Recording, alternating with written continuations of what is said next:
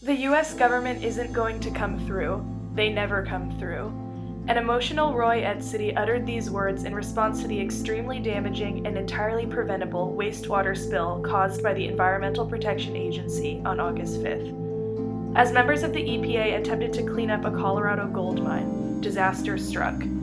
EPA workers who were investigating the water in the Gold King mine near Silverton, Colorado, neglected to measure the water's depth before digging through the collapsed entrance of the mine. As a result, pressurized water began leaking above the waste tunnel. This created a water spurt, dumping 3 million gallons of toxic mining wastewater into Cement Creek, a branch of the Animas River.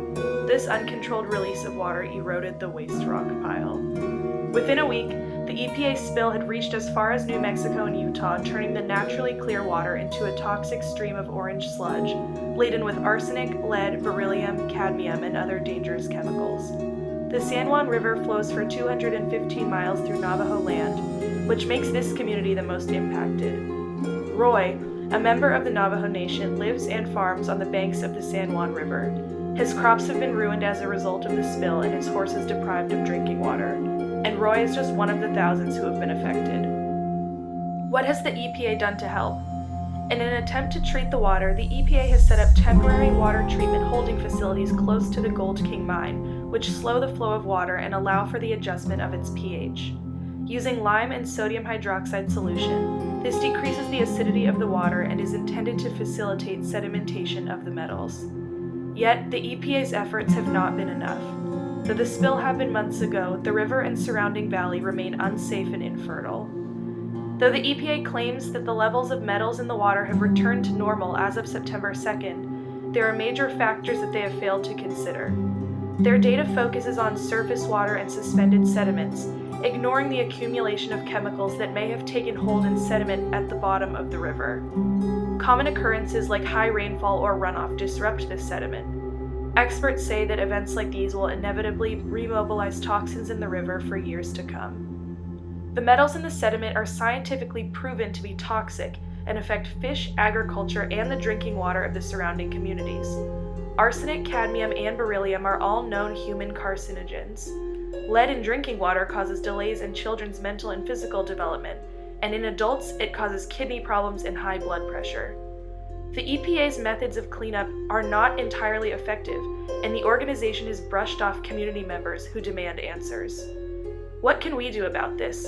How can we ensure that communities can defend themselves from any similar disasters in the future? First, the EPA should reimburse farmers like Roy for the damages that the spill caused to their crops. On a broader scale, policies need to change to punish the EPA for their insufficient methods of cleanup, both for the mines they are assessing and the spills that have resulted. Their mission is to protect the environment, not harm it, and we must hold the EPA accountable. Activist groups should use this video as a tool to create change through educating local communities and lobbying local public officials. Use this compilation of data to advocate for legislation to hold the EPA responsible for its actions. For example, suggest short-term relief for damaged crops, an assurance of continued analysis of the water safety, and more community say in environmental issues in your area. Call EPA Administrator Gina McCarthy at 202-564-4700 and demand that the EPA take action and provide compensation for damages. The BOR report found that the conditions and actions that led to the Gold King mine incident are not isolated or unique, and in fact are surprisingly prevalent. The San Juan River disaster is a wake-up call. There are more than 100,000 abandoned or unused mines in the western United States, many of them already leaking contaminated wastewater into nearby rivers. Community action resulting from this Gold King mine incident can prevent similar disasters in the future.